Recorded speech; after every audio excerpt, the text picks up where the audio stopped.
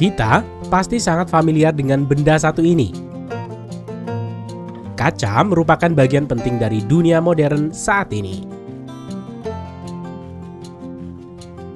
Kaca merupakan bagian integral dari banyak fungsi dalam kehidupan kita sehari-hari. Mulai dari pengaplikasian sederhana seperti kaca jendela, gedung pencakar langit, layar ponsel smartphone, panel surya, dan juga sunroof mobil. Dan penggunaannya akan terus berkembang dan berkelanjutan mengikuti perkembangan industri dan teknologi sesuai dengan pangsa pasar. Lalu bagaimana kaca itu dibuat? Pada video kali ini, Rekayasa Produksi akan mengajak kalian mengunjungi pabrik PPG dan NSG Group di Amerika.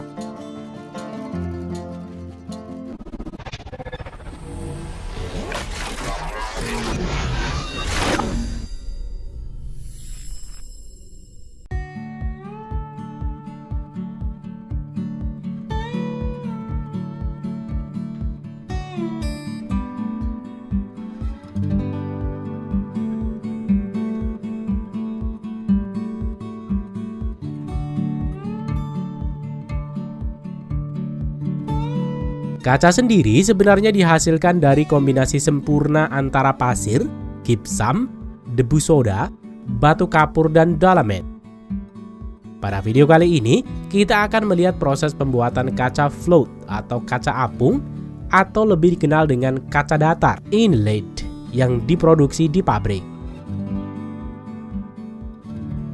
Kata float atau apung diberikan karena metode produksinya. Di seluruh dunia, 90% kaca diproduksi dengan metode terapung. Float glass memiliki permukaan yang transparan, rata, dan memiliki rona warna kehijauan alami. Pabrik ini dapat menghasilkan rata-rata beberapa ratus ton kaca setiap hari dan beroperasi dalam 24 jam sehari, 365 hari setahun, selama lebih dari 15 tahun.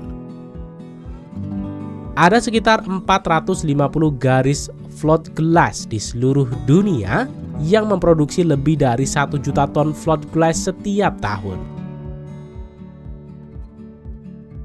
Hasil dari produksi float glass akan diolah kembali untuk produsen dalam pengaplikasiannya dalam dunia otomotif, arsitektur, panel surya, dan banyak aplikasi teknis lainnya.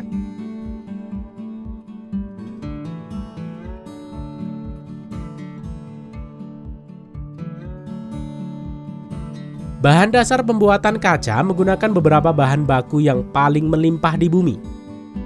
Bahan utamanya adalah pasir yang menyumbang 60% dari apa yang disebut dengan beige. Kapur dan dolomit ditambahkan untuk membantu sifat pelapukan kaca. Sementara soda dan sulfat menurunkan suhu di mana pasir akan meleleh.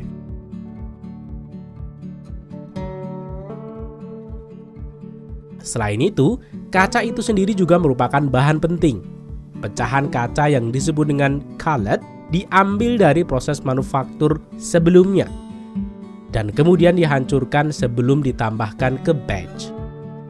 Pecahan kaca ini membantu mempercepat proses peleburan dan mengurangi jumlah energi yang dibutuhkan untuk peleburan hingga 1/5. Semua bahan baku diperiksa secara ketat untuk memastikan kemurnian batch. Setiap hari, bahan mentah diantar ke pabrik dengan kereta api maupun truk. Setelah di pabrik, bahan mentah dimuat dengan conveyor untuk dimasukkan ke silo penyimpanan di masing-masing batch. Proses batching sendiri dimulai ketika setiap material dipindahkan dari silo untuk ditimbang, dicampur, dan dibawa ke ujung pengisian salah satu dari 2 tungku peleburan pabrik. Tungku pelebur kaca adalah struktur bata besar seperti oven kue kuno, di mana bahan beige dan pecahan kaca atau cullet dilebur hingga menjadi cair.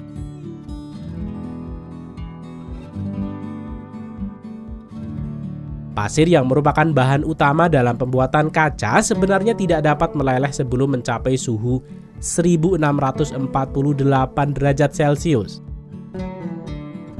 Namun, karena pasir dikombinasikan dengan bahan lainnya dalam batch, sehingga semua bahan dapat meleleh pada suhu di bawah 1648 derajat Celcius.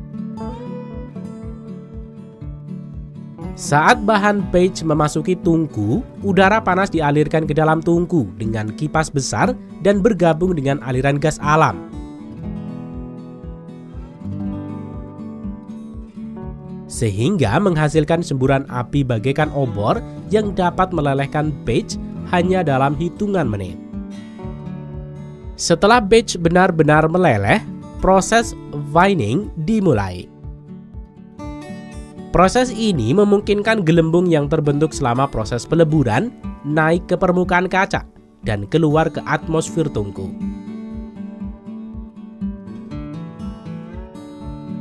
Setelah proses vining selesai, cairan kaca bergerak ke ruang berikutnya melalui lubang yang disebut dengan kanal untuk melalui operasi pembentukan yang dikenal sebagai bak.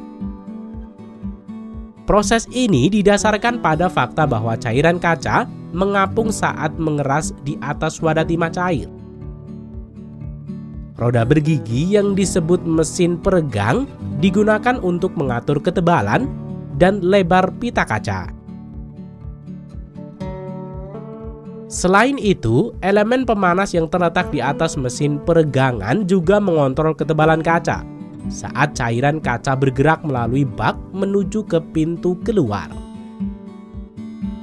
Kemudian di terminal berikutnya, kaca akan didinginkan oleh serangkaian pendingin air. Kemudian kaca akan diangkat dengan aman ke konveyor utama.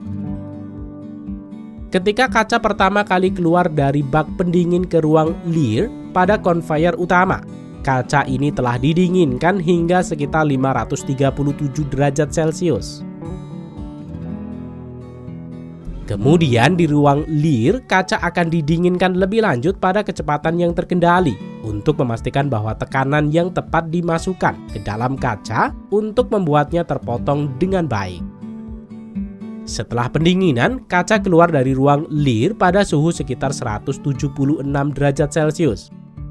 Dan selanjutnya, didinginkan oleh kipas udara terbuka yang besar hingga sekitar 93 derajat Celcius. Saat kaca bergerak melalui area pendingin ini, kaca diperiksa dengan cermat sebelum operasi pemotongan. Namun sebelumnya, kaca akan melewati bawah mesin yang menaburinya dengan bubuk khusus di permukaannya untuk menyediakan media pemisah antara setiap potongan kaca. Selanjutnya, kaca dipotong dengan mencetaknya dengan roda pemotong karbida yang bergerak dua arah, sembari kaca terus berjalan di atas konveyor.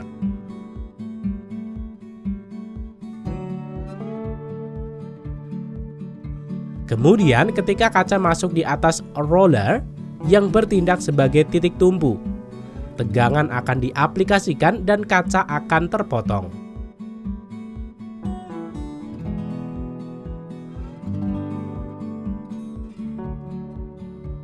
Setelah kaca terpotong, plat kaca selanjutnya diarahkan ke dalam kelompok kecil ke salah satu dari beberapa jalur pengepakan.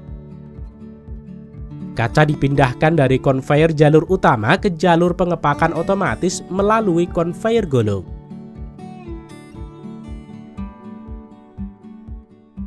Kemudian di bagian quality control, kaca akan diperiksa secara otomatis dan menyingkirkan kaca yang tidak memenuhi syarat ke bagian daur ulang untuk digunakan sebagai cullet yang digunakan kembali dalam proses batching.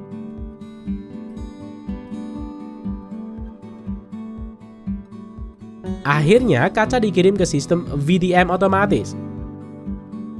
Modul transfer vakum yang beroperasi seperti penyedot debu akan membawa dan menumpuk kaca pada bagian akhir produksi. Selain pemeriksaan quality secara otomatis, kaca juga akan diperiksa secara manual dengan metode sampling untuk memastikan kualitas kaca.